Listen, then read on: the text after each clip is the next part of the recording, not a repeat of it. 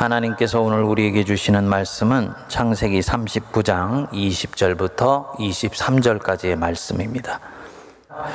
이에 요셉의 주인이 그를 잡아 옥에 가두니 그 옥은 왕의 제수를 가두는 곳이었더라. 요셉이 옥에 갇혔으나 여호와께서 요셉과 함께 하시고 그에게 인자를 더하사 간수장에게 은혜를 받게 하시매 간수장이 옥중 죄수를 다 요셉의 손에 맡김으로 그 재반 사물을 요셉이 처리하고 간수장은 그의 손에 맡긴 것을 무엇이든지 살펴보지 아니하였으니 이는 여호와께서 요셉과 함께 하심이라. 여호와께서 그를 범사에 형통하게 하셨더라. 아멘. 우리가 그리스도인으로서 살다 보면 가끔씩 하나님에 대해서 고개가 갸우뚱거려지는 경우가 한두 번이 아닙니다. 하나님께서 분명히 살아계시다라는 것은 우리가 믿습니다. 하지만 이 하나님이 섭리로 내 인생을 이끌어 가신다 하시는데 도대체 이 섭리가 무엇인지, 또 어떤 경우는 정말 그 섭리가 내게 있는 것인지 이해가 잘 되지 않는 경우가 있지요. 섭리라는 것이 영어로는 providence 아닙니까? 프로라는 말은 미리라는 뜻이고요. 비던스는 비전, 그래서 본다라는 뜻입니다. 우리는 못 보고 있는데 하나님은 내 인생을 미리 보시면서 그 보시는 스텝을 따라서 이끌어 가신다. 그런데 내게 보이지를 않으니까 너무너무나 답답하고 힘든 거예요. 그래서 내게 잘 납득되지 않는 순간들이 굉장히 많이 생기게 됩니다. 선을 행했는데 악으로 돌아오기도 하고, 하나님이 나를 사랑하신다는 음성을 듣고 기뻐했는데 그 다음날 안 좋은 일이 터지기도 하고, 나를 인도하신다고 하지만 내 삶은 별로 개선되지 않고 계속 다람쥐 쳇바퀴 도는 것 같은 그런 삶을 반복하기도 하고, 그래서 하나님이 살아계셔서 섭리로 내 인생을 인도하신다 라고 말을 하지만 이 앞뒤가 맞지 않는 것 같고 이 말씀이 피부에 와닿지를 않는 것입니다. 도대체 이런 답답한 순간이 됐을 때 나는 어떻게 살아야 되는가? 이런 시각에서 보면 창세기에 나오는 마지막 족장 이 요셉의 삶은 인생의 마지막 커튼이 열려지기 전까지는 의문투성이의 삶이었습니다. 형들한테 시기를 받아 은 20에 이스마엘 사람들에게 팔려서 하루아침에 애굽의 노예 신세로 전락했지요. 겨우겨우 그 낯설고 황당한 상황 속에서도 자신을 추스려서 자기 자신을 지켜냈습니다. 주인 보디발의 집에서 집사로 그럭저럭 잘 살기 시작했는가 했는데 보디발의 아내의 유혹을 뿌리친 것 때문에 오늘 본문에 보면 또다시 모험을 받아서 감옥에 갇히는 신세가 된 것입니다. 마치 벼랑 끝으로 떨어졌다가 겨우겨우 젖먹던 힘을 다해서 벼랑을 다시 기어 올라왔는데 그 위에서 또 누가 다시 밀어 떨어뜨린 것과 유사합니다. 여기까지 보면 이 요셉의 인생은 굉장히 불공평합니다. 굉장히 억울해요. 하나님이 이 요셉을 어떻게 대하는지 한번 보십시오. 요셉은 분명히 자신의 신앙을 지키기 위해서 이 유혹을 뿌리쳤어요. 39장 9절에 보면 이렇게 말씀을 합니다.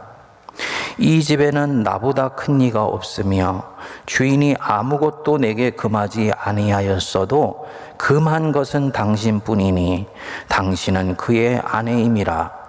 그런즉 내가 어찌 이 큰 악을 행하여 하나님께 죄를 지으리까. 요셉이 볼 때 보디발의 아내의 유혹을 못 이긴 척 들어주지 않고 그것에 대해서 거절하는, 왜 못 이긴 척하고 받아주지 않는가? 그것은 누구한테 죄를 짓는 것이다. 누굽니까? 하나님한테 죄를 짓는 것이라는 거예요. 굉장히 중요한 대목입니다. 자기 주인에게 죄를 짓는 것일 뿐만 아니고 더 궁극적으로는 자신이 믿고 따르는 하나님께 죄를 짓는 것이다. 그래서 당신의 유혹을 내가 받아줄 수가 없소이다. 지금 이 요셉이 하나님 앞에서 살아가고 있는 거예요. 자기의 신분은 노예입니다. 그런데 노예임에도 불구하고 하나님 앞에서 자기 존엄성을 갖고 자기 자신의 도리를 지키며 살아갑니다. 그래서 하나님 때문에 유혹을 뿌리친 것이지요. 요셉은 똑똑한 사람이기 때문에 알지요. 이 청을 뿌리치면 여주인의 눈밖에 날 수 있다. 나한테 어떤 화가 돌아올지 몰라. 그래서 모르는 척 받아주고 지혜롭게 넘어가면 되는 거예요. 당시의 노예들이 다 이렇게 여주인들에게 크고 작은 놀이개 역할들을 해주면서 거기서 떡고물을 받아 먹고 살았습니다.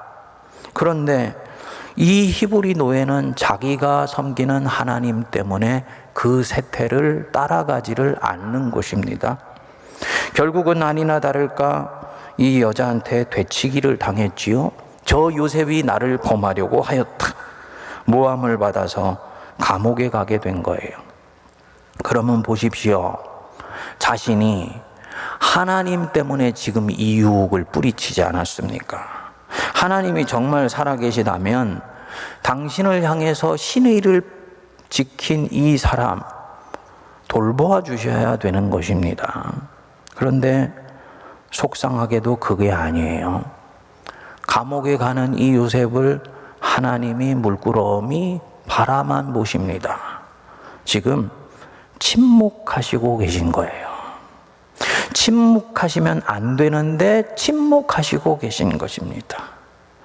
성도님들 꼭 기억하십시오. 하나님이 지금 내 인생의 국면에서는 침묵하시면 아니 되시는데 그분이 침묵하시고 계신 것 같다. 행동하셔야 되는 상황인데 행동하시지 않고 있다. 이런 상황일 때는 꼭 기억해야 됩니다. 하나님은 내가 알지 못하는 더 크고 놀라운 일들을 진행하시고 계시다는 것입니다. 스데반이 순교할 때 침묵하셨지요. 그리스도인들이 로마의 원형 경기장에 들어가 사자밥이 되기 위해서 떠밀려 들어갈 때 침묵하셨지요. 주기철 목사님이 일제에 의해서 순교하실 때 침묵하셨습니다. 결국은 이분들을 통해서 하나님의 나라가 결정적으로 확장되었어요. 지금 내 인생에 하나님이 침묵하시면 안 되는 상황인데 침묵하시고 계신 것 같다. 내가 주님 위에 한 일이기 때문에 뒷감당해 주셔야지 옳은데 왠지 간섭하지를 않고 계신 것 같다. 하나님이 내가 알지 못하는 뭔가 크고 더 놀라운 일들을 진행하시고 계시다는 것 믿으시기 바랍니다. 우리는 쉽게 이때 단정합니다. 에이, 하나님이 나를 안 살펴주시는구나 하고 낙심합니다. 전에 있던 교회에서 어떤 성도가 믿음이 생기니까 안 하던 11조 생활을 시작을 했었습니다. 그런데 그렇게 하고 3개월이 지나서 운영하던 공장이 문제가 생겼었어요. 이 성도가 이것 때문에 시험에 들었습니다. 아니, 믿음으로 하나님께 드렸으면 안 되던 것들도 잘 풀릴 수 있도록 도와주셔야 되는 것인데 오히려 문제가 생기게 되다니 이거는 아니지. 이런 마음이 들어온 거예요.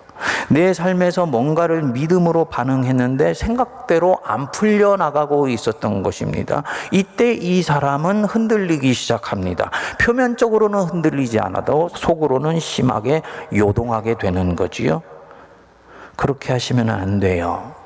오히려 이때 마음을 굳게 잡고 호흡을 길게 하면서 하나님이 가지는 그 걸음을 더 쫓아가 보셔야 됩니다. 요셉은요, 하나님을 더 쫓아가 봤어요. 그리고 더 하나님과 함께 길을 가봤습니다. 그랬더니 하나님이요, 감옥에 가는 것은 그냥 놔두시더니 감옥에 따라오셔서 본격적으로 자신을 살피시고 돌봐주시는 것입니다. 21절을 보면 여호와께서 요셉과 함께 하시고 그에게 인자를 더하셨다. 감옥 바깥에 있을 때보다 더 밀착하여서 요셉을 살피고 돌보는 것을 요셉이 느꼈다는 얘기입니다. 그게 인자를 더하셨다 이 얘기예요. 그리고 요셉은 자기에게 손을 내미시는 이 하나님의 은혜의 손길을 견고하게 붙듭니다. 요셉이 감옥에서 이제 어떻게 살아가기 시작하는지 한번 보십시오. 성경은 22절에 이렇게 말씀합니다. 간수장이 옥중 죄수를 다 요셉의 손에 맡김으로 그 재반 사물을 요셉이 처리했다 그랬어요. 여러분, 이 본문을 언뜻 해석을 하면 보디발의 집에서 요셉에게 일어났던 그 일이 간섭 현상을 일으켜서 요셉의 상황을 정확하게 읽지 못하게 만듭니다. 요거 구별해서 봐야지 되는 부분입니다. 감옥 바깥에서 두각을 나타내어서 이 사람이 일이 많아지게 되었다. 그러면 당연히 보상도 같이 따라오지요. 보디발 집에서 처음에 한 사람의 노예였어요. 그런데 나중에 노예이긴 하지만 그 집 전체를 관장하는 집사가 되었습니다. 당연히 다른 노예들보다 월급도 많이 받고 대우도 더 좋아지게 될 것입니다. 보상이 따라오고 있는 거예요. 하지만 이 감옥에서는요, 다릅니다. 죄수는 죄수일 뿐이에요. 간수장이 자기가 하던 일을 요셉에게 맡겼다? 그렇다고 해서 간수장이 자기 월급을 나눠주겠습니까? 자기 먹을 것을 반으로 나눠주겠습니까? 감옥에서는 이런 보상이 없습니다. 감옥에서 나름 가진 권력으로 밖에서 가족들이 무슨 영치금 같은 거 넣어주었을 때 그거 일부를 갈취할 수도 있지요. 요즘같이 무슨 뭐 담배라든지 이런 거래를 이 감옥 안에서 해서 이득을 취할 수도 있지요. 하지만 요셉은 이런 것 할 사람이 아니지요. 뭘 말하는 것이냐? 지금 이 감옥의 재반 사물을 돌본다는 것은 그야말로 아무 대가도 없이 헌신하고 봉사하고 있다는 걸 말하는 거예요. 이 감옥 안에서 썩어가는 인생들을 위해서 자기의 삶을 죄수이지만 불태우고 있다는 것을 말하는 것입니다. 그러니까 23절에 여호와께서 그를 범사에 형통하게 하셨다. 아주 멋있게 나오고 있습니다.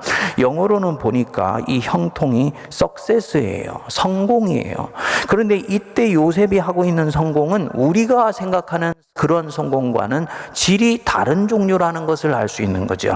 하나님 보실 때 성공하고 있었던 것입니다. 보통 사람은 감옥에서 삶을 이렇게 살지 않습니다. 크게 세 가지 종류로 살아갑니다. 첫 번째로는 하루하루 먹고 배출하고 운동하고 졸리면 잡니다. 그야말로 하루하루를 때워요. 어떤 사람은 내가 어떻게 하다가 여기까지 오게 됐는가, 아이고 내 신세야 생각하면서 과거를 한탄하면서 시간을 보내거나 오지도 않은 미래를 미리 걱정하면서 세월을 보냅니다. 또 어떤 사람은 추록해서 나갈 날만 손꼽아 기다리면서 감옥 생활은 대충 살아가게 돼요. 그런데 이 요셉은 감옥에서 그렇게 살지를 않습니다.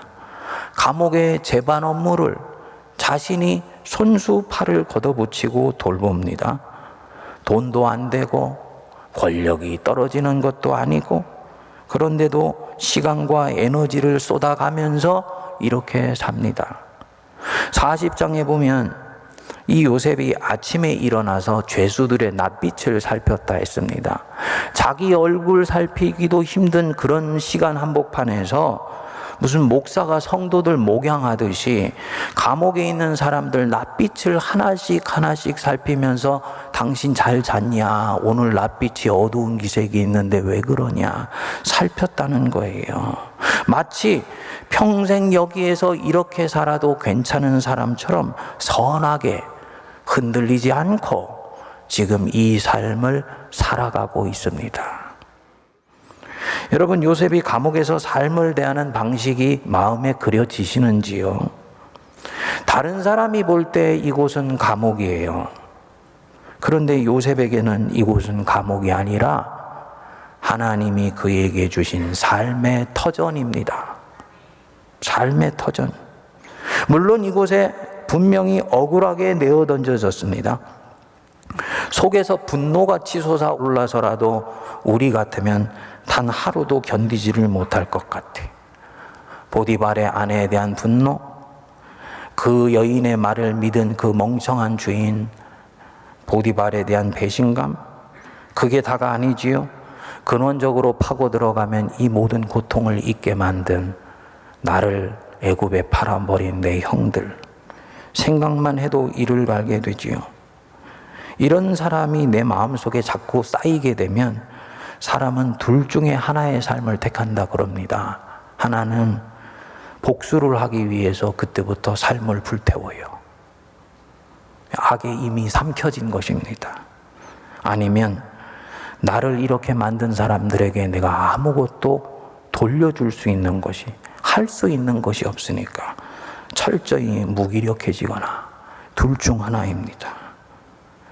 그런데 제가 묵상하면서 이 요셉이 정말 신기한 것이, 이 요셉은 전혀 흔들리지를 않습니다. 도대체 그 자기 안에 일어나는 이 풀리지 않는 이 상처의 응어리를 어떻게 다 해소해내고 다 녹여내면서 이런 삶을 사는 것이 가능한지 그저 신기합니다. 여러분, 이 엄청난 부정적 에너지를 소화해내면서 이런 삶이 가능하다면 방법은 한 가지입니다. 인간적으로는 요셉 같은 상황에서 이렇게 사는 것 불가능하지요. 속에 불이 오르기 때문이에요. 그런데 요셉은 자기 삶을 철저히 승화시킵니다. 하나님의 섭리가 지금 내 삶 속에 작용하고 있을 것이다. 요거 믿어요. 하나님의 섭리가 내 인생에 작용하여서 누가 뭐라 해도 하나님이 내 인생을 이끌어 가시고 계신다. 이걸 내가 믿는다면 나는 이 자리에 내가 오고 싶어서 온 것이 아니에요. 내가 오고 싶어서 왔다면 이 고통에 대한 책임은 자기에게 있습니다. 숙명적으로 떠밀려 온 것도 아닙니다. 그렇다면 이 사람은 자포자기할 수밖에 없어요. 이 자리는 하나님께서 나를 밀어 넣으신 자리입니다. 그러면 막으실 수 있는 분이 막지 아니하시고 밀어 넣으셨으며, 밀어 넣으실 때는 뜻이 계셔서 밀어 넣으셨을 것이니 주님은 바로 지금 이 순간 내 인생 안에서 일하시고 계시다는 것이 믿어지기 시작하는 것입니다.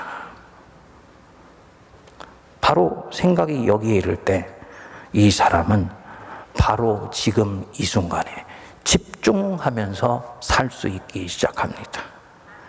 그냥 다른 죄수처럼 대충대충 사는 것이 아니고 자기가 있는 곳이 어디든 그것은 중요하지 않아요. 지금 바로 여기에 강렬하게 집중합니다.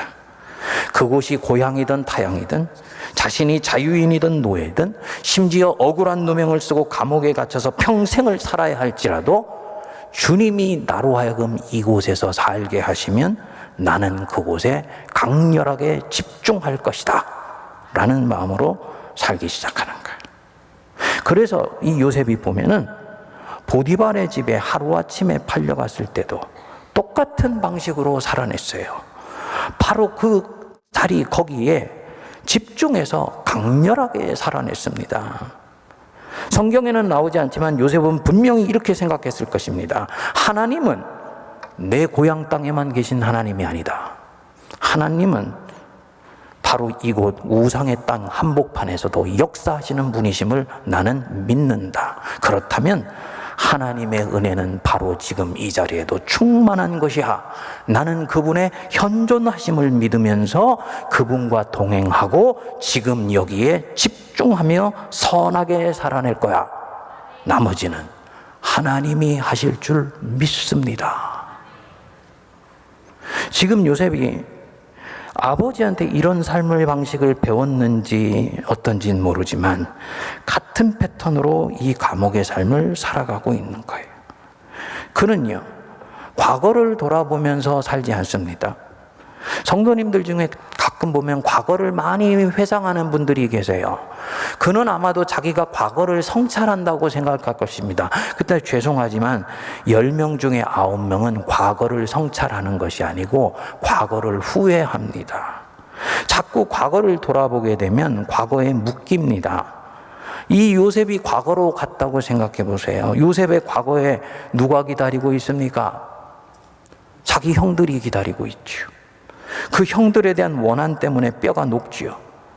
좀 더 가보면요, 이 자리에 있게 만든 그 특정한 상황들이 계속 떠오르게 될 거예요. 그때 아버지가 나를 심부름시킬 때 가지 않았어야 되는데, 그 들판에 있지 않았어야 되는데, 한 걸음 더 뒤로 나가면 형들한테 잘난 척하지 말았어야 되는데, 과거에 대한 이 아쉬움과 회한이 자기한테 계속 밀려오죠. 문제는 무엇이냐? 과거로 돌아가서 그 과거를 고칠 수가 있습니까? 없잖아요. 나는 현재를 살기 때문에 과거를 돌이켜보면 이 현재에 대한 고통만 더해가는 것이거든요. 요셉은 오지 않은 미래를 생각하면서 살지도 않습니다. 언제 여기서 나갈 수 있을지 손꼽으면서 살지 않아요. 그날이 오면 좋겠지만 안 올 수도 있어요. 그러면 지금 여기 이 삶이 더 고통스럽죠. 많은 사람들이 저를 포함해서 바로 여기를 집중해서 살지 않습니다. 현재를 산다고 하지만 현재 속에서도 끊임없이 맴돕니다. 지금 여기 바로 이 자리, 단 찰나의 10분의 1초의 이 순간에 집중해야 되는데 우리가 집중하지 않습니다. 그러다 보니까 생각은 과거로 가서 후회하고 오지도 않은 미래를 보면서 걱정합니다. 여러분, 사람이 의외로 생각이 분주하고 산만합니다. 제가 이 본문을 묵상하면서 한 주를 보내면서 제 생각이 움직이는 방향을 한번 이렇게 살펴보게 되었어요. 그런데 보니까 존재는 분명히 그 자리에 있는데 생각은 절대로 그 자리에 머물러 있지를 않더라고요. 하루에도 수천 번, 수만 번을 과거로 갔다가 미래로 갔다가 이 생각했다가 저런 생각했다가 그럽니다. 예배 자리에 여러분들이 와 있습니다만 생각은 예배 자리에서 딴 데로 가 계신 분이 계시잖아요. 그렇죠? 예, 솔직히 있어요. 그리고 내 생각이 이렇게 할 때 어느 경우는 내 몸도 반응을 합니다. 제가 세문안교에서 재밌는 현상이 예배를 드리다가 집중이 안 되면 옆에를 이렇게 보시더라고요. 다른 사람은 예배를 어떻게 드리는가 한번 보는 것 같아요. 오늘 목사님 설교가 왠지 지루한데 너희들은 어떠냐 하고 보는 것 같아요. 몸이 솔직히 반응하는 것인데 그거 1초만 하시고 얼른 돌아오시기 바랍니다. 내 생각이 지금 이 자리에 와 있지 않네. 빨리 스스로를 알아차리고 내 존재가 있는 그곳에 내 마음도 같이 있을 때요, 다시 무언가가 내 안에서 일어나기 시작합니다. 대개는 그렇지 않습니다. 이런 생각을 하면서 내 마음에 온갖 감정들이 마구마구 일어나요. 누구를 생각하면 화가 나지요. 이 화가 났다, 이 감정은 생각이 아니에요. 생각에 대해서 내 몸이 반응할 때 감정으로 나타나게 되는 것입니다. 그때 그렇게 하지 말았어야 되는데 생각이에요. 그렇지만 그걸로 끝나지 않죠? 여기에서 아쉬움과 회한이 생기는 것입니다. 그 생각을 가지고 지금 당연히 현재로 돌아오지요. 지금까지 좋았던 나의 현실이 갑자기 푸석푸석해지기 시작합니다. 갑자기 10년 뒤 미래가 떠오르면서 걱정이 쑥 올라오네요. 그 생각으로 끝나지 않아요. 그 걱정을 가지고 이 사람은 당연히 지금으로 돌아옵니다. 그리고 여기에서 무엇인가를 반응해야 되는 것처럼 생각을 하는데 죄송하지만 내가 할 수 있는 것은 거의 없습니다.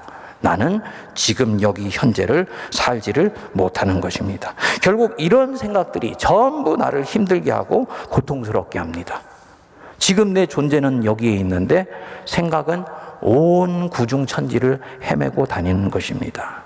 이분 몸은 자연이지만 생각은 자유하지 않고 방황하고 있는 것입니다. 여러분, 그러지 마십시오. 지금 여기에 강렬하게 집중하시고 존재하십시오. 요거 쉬운 일 아닙니다. 훈련이 필요합니다. 생각이 도망가려고 할 때마다 빨리 알아차리시고 내 존재에 내 생각을 포개세요. 그리고 순간 하고 있는 지금 이 순간에 집중하시면 점점 그렇게 사는 훈련이 되면서 하나님이 역사하시는 이 은혜가 지금 여기에 보이기 시작합니다. 여기서요, 이 사람은 주어진 일에 신실하게 반응하면서 사는 법을 배우기 시작해요. 성경은 이 부분을 굉장히 중요하게 여겼습니다. 그래서 이사야서 43장 18절에 보면 너희는 이전 일을 기억하지 말며 옛적 일을 생각하지 말라. 내가 새 일을 행하리니 이제 나타낼 것이라. 하나님은 지금 여기에서 새 일을 행하시고 있는 것이다. 우리는 섭리로 지금 여기에 와 있습니다. 그러면 여기를 신실하게 집중하면서 살면 돼요. 또 미래로 생각이 자꾸 넘어가도록 놔두지 마십시오. 염려와 두려움만 커집니다. 광고에 속지 마세요. 광고의 대부분은 우리로 하여금 미래에 있는 무엇인가에 염려와 두려움을 넣어서 우리로 하여금 소비하게 만들려고 해요. 심리작용이 아주 강합니다. 우리 예수님 이 부분에 대해서 말씀하셨습니다. 내일 일을 위하여 염려하지 말라. 내일 일은 내일이 염려할 것이요 한날의 괴로움은 그날의 족하니라. 지금 여기를 충성스럽게 사시기 바랍니다. 사람이 여러분 언제가 가장 행복하고 기쁜 줄 아십니까? 하나님이 계신 자리에 내 존재가 포개어져 있을 때 그때가 가장 행복하고 기쁩니다. 내 하나님은 내 과거에 계시지 않습니다. 내 하나님은 내 미래에 계시지 않습니다. 나의 하나님은 지금 여기에 나와 함께 계세요. 내가 걷는 만큼 같이 걸어가세요. 그러면 바로 여기 계신 내 하나님께 내 시선을 집중하십시오. 삶에 알 수 없는 힘이 생기기 시작합니다. 그리고 요셉처럼 어떤 상황에서도 그곳을 살아낼 능력을 하나님이 주십니다. 요셉은 하나님이 지금 섭리로 자신을 이끌어 가시고 있다는 것을 어렴풋이 알아차렸습니다. 하지만 그 섭리가 구체적으로 무엇인지는 몰랐어요. 어린 시절의 꿈은 이미 잊어버렸습니다. 그 꿈을 생각할수록 현실과 너무나 동떨어져 있어서 고통만 주게 되는 거예요. 그리고 이 요셉은 마치 점을 찍듯이 하루하루를 최선을 다해서 살아냅니다. 뭔가 있다는 것은 알지만 그것이 뭔지는 몰라요. 그리고 알려주시기 전까지는 굳이 알아야 될 필요도 없습니다. 나는 오늘 여기를 살 뿐이니까. 그리고 오늘 여기서 행복하게 충만하게 살면 됩니다. 그렇게 하루하루 찍은 하루하루의 점이 어느 날 모여서 보니까 선이 되고 그 선이 어느 날 보니까 인생이라는 화폭 속에 그려진 아름다운 그림이 되었습니다. 그 그림 뭐냐? 만민을 구원하는 사람이었다. 당신들은 나를 해하려 하였으나 하나님은 그것을 선으로 바꾸사 오늘과 같이 만민의 생명을 구원하게 하시려 하였나이다. 요셉의 자기 인생이 이해된 것은 인생의 거의 마지막 순간이었어요. 이것을 알았을 때 얼마나 요셉의 이 모골이 성연해지고 등줄기가 오싹해지는 전율이 느껴졌을까요? 그리고 하루하루를 그때는 내가 점을 찍듯이 산다 생각했는데 그렇게 살 수 있게 되었던 것도 하나님의 은혜였구나 라는 것을 알게 되면서 그 하나님을 얼마나 찬양했을까요? 지금의 이유를 알 수 없는 이 시련, 또 이유는 알지만 걷어치워질 만도 한데 걷어치워지지 않고 반복해서 내 인생에 파도처럼 밀려오는 그 어떤 힘든 시간들, 내가 정말 하나님이 택하신 사람이고 하나님이 나를 사랑하신다는 걸 믿으면 거기에 섭리가 있다는 건 믿으시기 바랍니다. 다른 거 생각하지 마시고 바로 지금 여기에 강렬하게 집중하십시오. 또 할 수만 있다면 주님 은혜 충만하다는 건 믿고 기뻐하며 감사하며 사시기 바랍니다. 어느 날 내가 찍어낸 이 하루하루의 점이 나를 내가 생각하지 못했던 전혀 놀라운 자리로 나를 이끌어간 것을 발견하는 그날이 오게 될 것입니다.